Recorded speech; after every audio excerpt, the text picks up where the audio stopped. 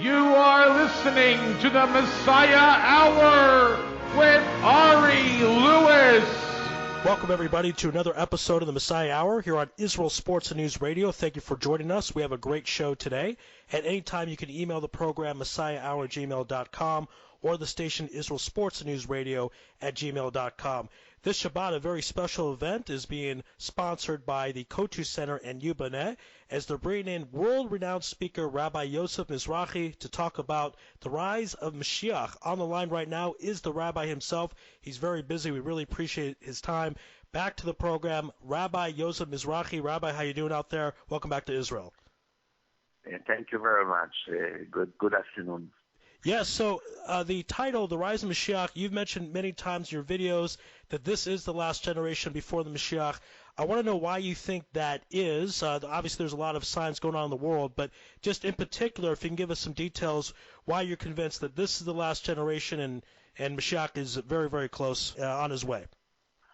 The reason is very simple, because all the things that are mentioned in Judaism by the words of the prophets in the Talmud, and describing that there are two different scenarios when the Mashiach would come. One is on schedule and one is prior to schedule. Prior to schedule, that means if all the Jewish nation will be mostly righteous, and they'll have the merit to bring the Mashiach before the time, then it will happen, and it will be very pleasantly, and without war, without bloodshed, without none of the bad things that can happen on the other scenario. Since we are now in the year 5,776 in Judaism, and the world is scheduled to maximum 6,000 years, so if you take 6,000 years and divide it to 24 parts, each part is 450 years. That means 23 parts of the world is behind us. We are now in the last quarter. So we are every day in the creation, it will be 1,000 years. So if we are, in the sixth day, meaning between 5,000 to 6,000, and we already 750 years behind us, that means 3/4 are behind us, we are in the last 6 hours of Friday, which means we're entering Shabbat, the Sabbath, which all the things that are mentioned will happen sooner or later, but it has to happen in our time. When we say in this generation, it could be tomorrow, it could be next week, it could be next year, it could be in 5-10 years. We don't know. Obviously, nobody knows exactly. Well, we are definitely in a time, and there's another reason for that is that the Gemara, the Talmud, they gave a lot of signs that will take place in the world before the arrival of the Messiah. And when it was written 2,000 years ago, it looked like a very wild dream. No one could ever believe 2,000 years ago that the things that the Talmud mentioned, it's possible even to happen. And 50 years ago, none of the signs that the Talmud gave happened. 50 years ago, you could say that not even one of them happened. Today, the last 50 years, all of them happened. And that's a second example why we know and believe that it's going to happen in our days. And the third example is that according to Kabbalah, which comes from the Zohar, the Holy Zohar, it describes about the rising of Ishmael, the Arabs, that will take over the world, intimidate the world, put sorrow in the hearts of everyone here, and, slaughter people, and basically people would live with fear from them. And obviously you can see that now they spread to all over the world. You can call it ISIS, you can call it in general Arab terrorism. It's going everywhere now. There's no country almost that people don't live with fear. I just came from the airport in New York. You have to see dogs smelling suitcases, Marine soldiers everywhere.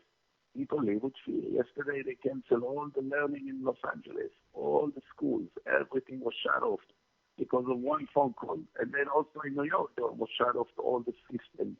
People live with fear, and one knows, even here in Israel, as you can see, and in Europe, France, Belgium, and other countries. So what happened right now in the world would only be worse because those Muslims are not going anywhere, these terrorists. And even though obviously it's not all the Muslims, but it's after 1% of them, 1%, that's it. You don't need more than that. If 1% of them will be actively involved in terrorism, from 1.8 billion people, you do the math, how many terrorists you have, all over the world.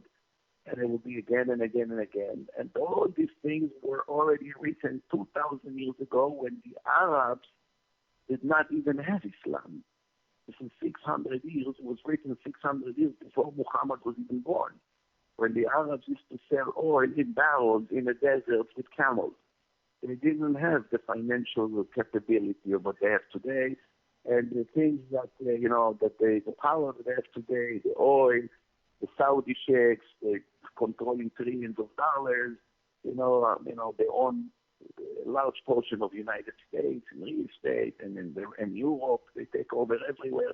No one could have predicted that 2,000 years ago. And when it was written in the Zohar, it looked like a dream. How these Arabs that ride on camels in the middle of nowhere, one day will take over the world and dominate it and control it and put fear in the mind of every person. And as will happen just before the Messiah will arrive, it looks like a dream. And today we see that unfortunately this dream came true. Again, this is the Messiah Hour here on Israel Sports and News Radio. Speak with Rabbi Yosef Mizrachi. Again, the Shabbat is in Kol Rina, 26 Beersheba Street. Rabbi, you are speaking all over Israel, most places in Ivrit. This is in English. I want to know if you have any particular goals. Are you trying to bring more awareness to the Anglo community or just awareness in general? So tell us some of your goals in giving these talks throughout the land of Israel. So in New York, that's my main place. 90% of my lectures are in English. And it's good because it goes to 120 different countries, because a lot of people speak English all over Europe, in Africa, in Turkey, and in New Zealand, in Australia, in many different countries, Mexico, Germany, So I have a lot of listeners in those countries thanks to my English lecture.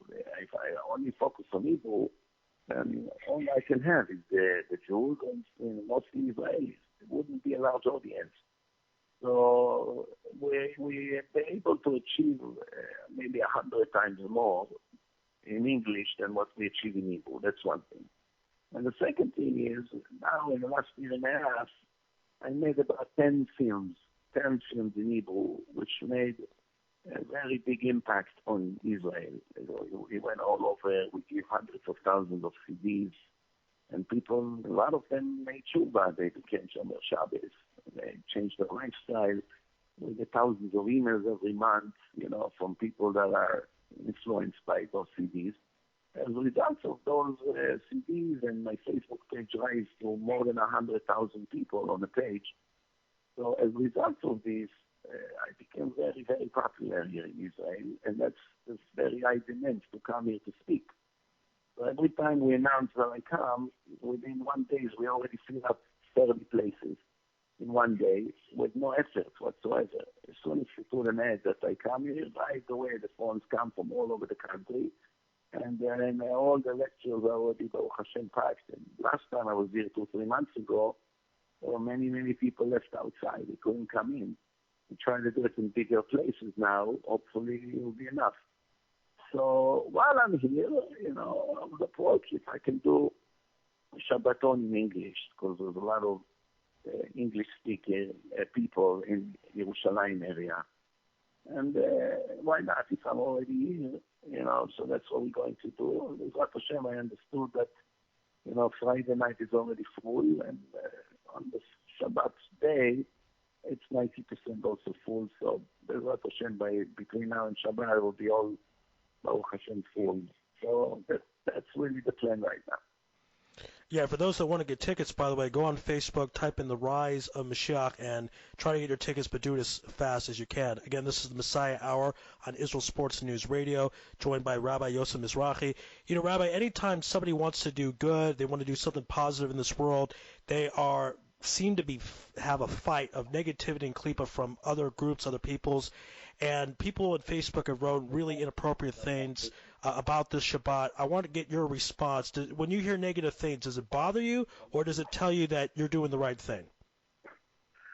First of all, the fact that people are against what I do or what other people that keep the Torah and the mitzvot, That's not a bad sign. That's a normal sign.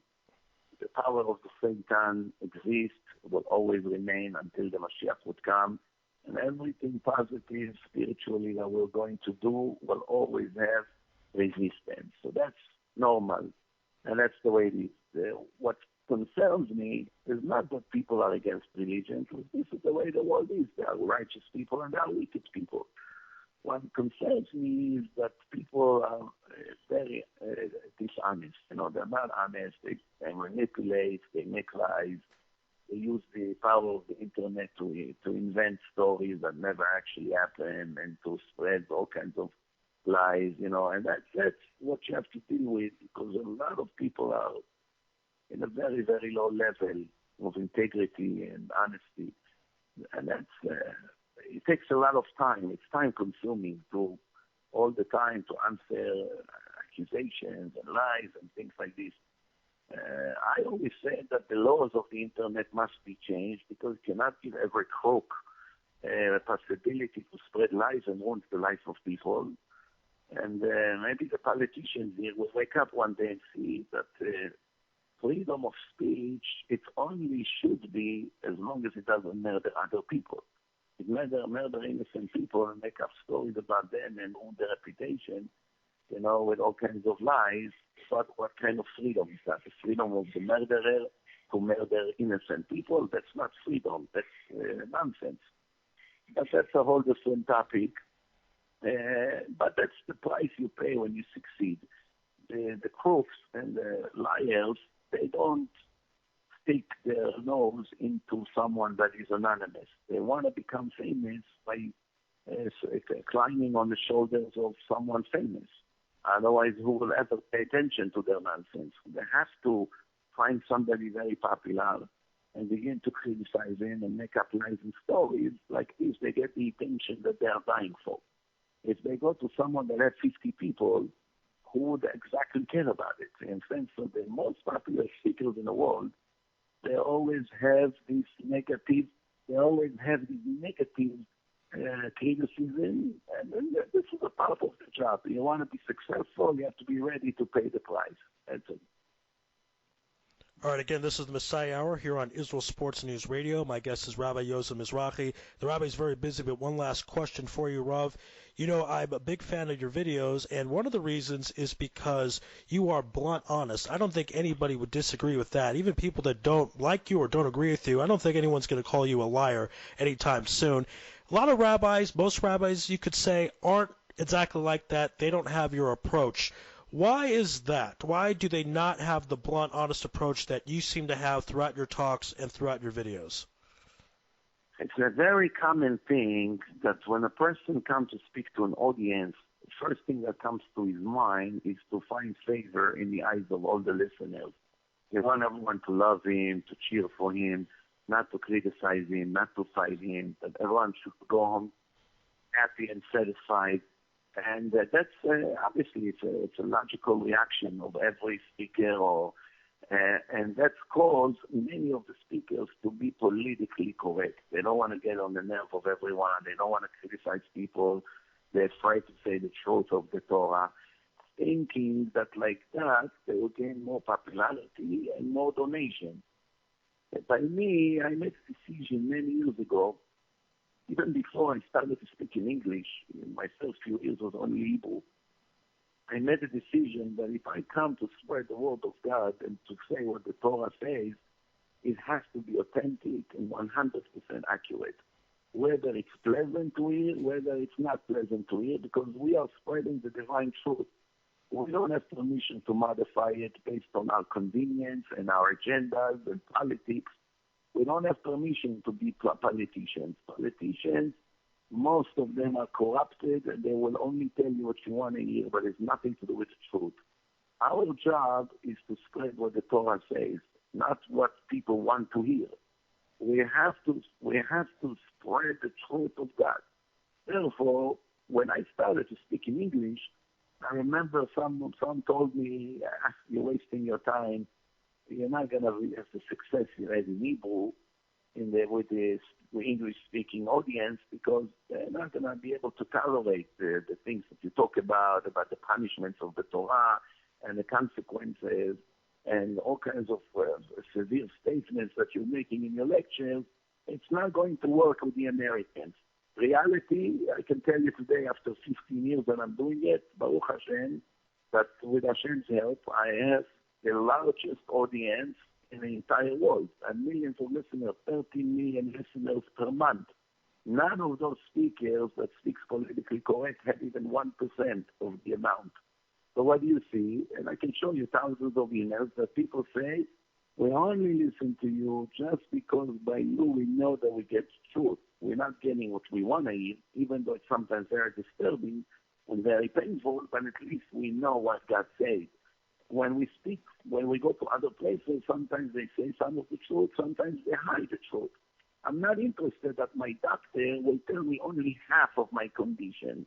I want to know exactly what my condition, and if a surgery is needed, as painful and disturbing as it may be, but that's what's going to save my life. Not when my doctor will give me 2 Advil and tell me you're good, go and there's nothing to worry about. You understand?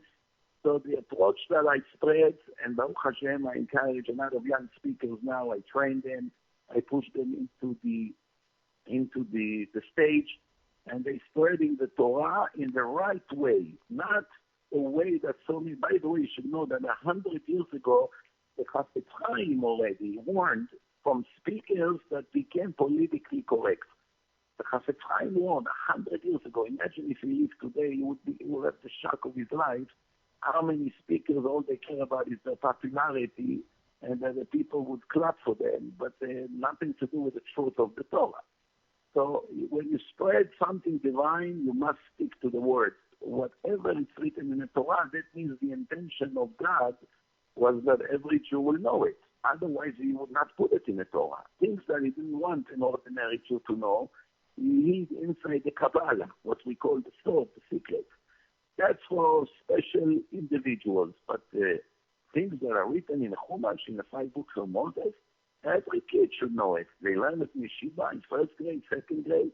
So who are we to decide what part of the Torah to present to the public and the other part of the Torah to hide from the public? We don't have permission. In my opinion, it's a pure crime to decide what part of the Torah we should display and other parts of the Torah we have to hide. That's definitely not what God wanted. And you can see by the success. The success, after a while, always go to the people that stick to the truth. Those who hide the truth, they may have a temporary success. But in the long run, the truth always wins. And I can tell you from experience now today, and you can see it. If you see that we have, just on the Facebook page alone, more than 2.2 million views per week. Just on the Facebook pages, without going on to thousands of channels of YouTubes all over the world, without the website, without TorahAnytime.com, without so many other websites. We can add it together. It comes to minimum 13 million views per month. This is outstanding. Something that is basically unheard of before. Truly incredible, truly amazing, and great to see that someone could speak the truth and be very well rewarded and well received. Again, this is the Messiah Hour on Israel Sports News Radio. My guest has been Rabbi Yosef Mizrachi.